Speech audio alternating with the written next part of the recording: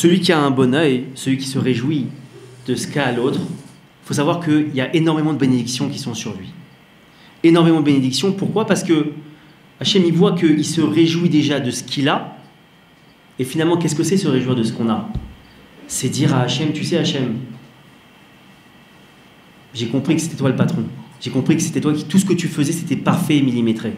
Maintenant, celui qui convoite ce qu'a l'autre, celui qui en vient à vouloir prendre peut-être même de force ce qu'a l'autre, finalement, qu'est-ce qu'il sous-entend? Hachem, tu t'es trompé. Hachem, chas v'shalom. Hachem, ce que tu m'as donné, c'est bien, mais ce qu'il me fallait, c'est pas ça. C'est ça là-bas. C'est ce que je vois en face de moi là. Hachem, tu t'es trompé. Chas v'shalom. C'est pour ça que c'est si grave, cette faute, elle est si grave de convoiter.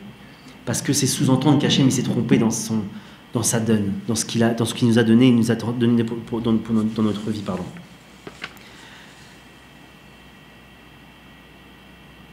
Il y a une chose fondamentale dont j'aimerais parler ce soir et qui est tout à fait en rapport avec ce qu'on a dit aujourd'hui, maintenant.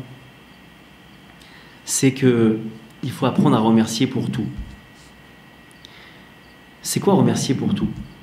D'abord, c'est quoi remercier Hachem? Qu'est-ce que ça représente remercier Hachem?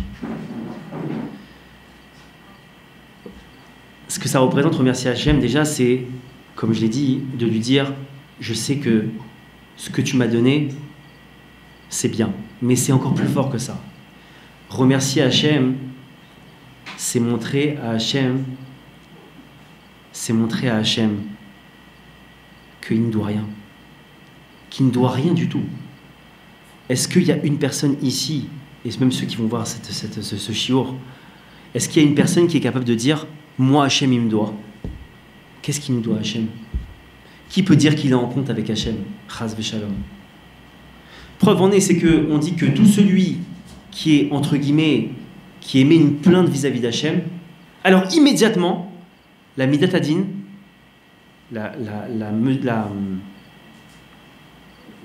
la tribu de rigueur, pardonnez-moi, merci, elle réunit tout de suite un tribunal céleste pour dire, attends, là on est en train de dire que Hachem il a fait une injustice, alors on va réunir un tribunal en haut, et on va voir la personne, le plaignant, on va voir son dossier, on va voir le dossier entre guillemets d'Hachem, et on va voir, peut-être qu'il y a une erreur, on ne sait pas. Si lui il se plaint, c'est qu'il a sûrement une raison, une bonne raison.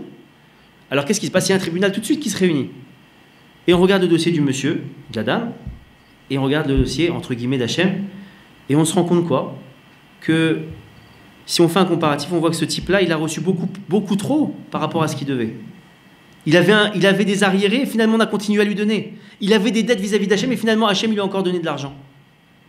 Bon, on voit qu'il y a une injustice, effectivement, il a raison, on va lui retirer. On va lui retirer. Pourquoi je vous dis ça? Parce que c'est un fondement important.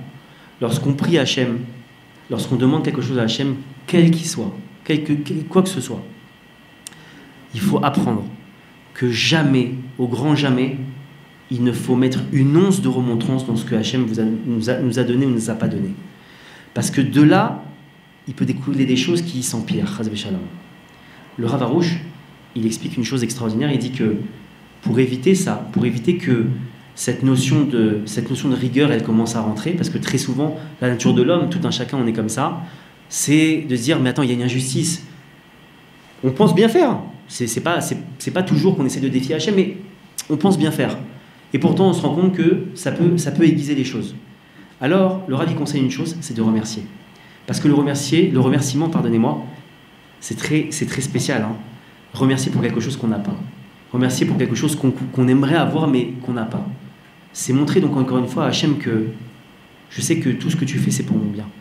Tout ce que tu fais, tout ce que tu m'as donné, c'est, encore une fois, millimétré, et tu ne t'es pas trompé. Et il y a un pouvoir extraordinaire dans ce remerciement, qui est que ça amène à comprendre que tout est pour le bien naturellement. Quand il y a une situation, et je vous invite à le faire, quand il y a une situation que vous voyez délicate, encore une fois, je prends l'exemple parce que c'est un exemple que la société connaît aujourd'hui. Problème d'enfant, on a un problème pour avoir des enfants, par exemple, ou pour trouver un mari, etc. Alors, c'est des choses que les gens rencontrent. Eh bien, il faut être capable de dire « Hachem, je sais que tout ce que tu fais, c'est pour le bien. Tout ce que tu fais, c'est millimétré. Tout ce que tu fais, tu ne te trompes pas. Chas v'shalom. C'est toi, Hachem, le Dieu Tout-Puissant. Si tu as décidé comme ça, c'est que tu veux que je te serve maintenant comme ça. Si tu veux, et le jour où tu voudras que je te serve avec un mari ou avec des enfants, quand toi tu l'auras décidé, donne-moi. Moi je suis convaincu aujourd'hui d'une chose. Je dois te dire merci parce que c'est comme ça que tu penses que c'est ma perfection. C'est comme ça que tu veux que je te serve. Alors je te dis merci. Et Béhémet, le Rav, il promet une chose, et je l'ai vécu personnellement encore aujourd'hui, que tout celui qui remercie pour une situation qui est délicate par rapport à lui, il obtient un miracle. Il obtient un inversement de la situation. Il arrive à inverser la nature. C'est extraordinaire et je vous invite vraiment à essayer, c'est fondamental. Tout celui qui aujourd'hui se trouve devant des difficultés, des blocages, qui prennent cette voie-là du remerciement. Et vous verrez de vos yeux Béhémet, des miracles extraordinaires.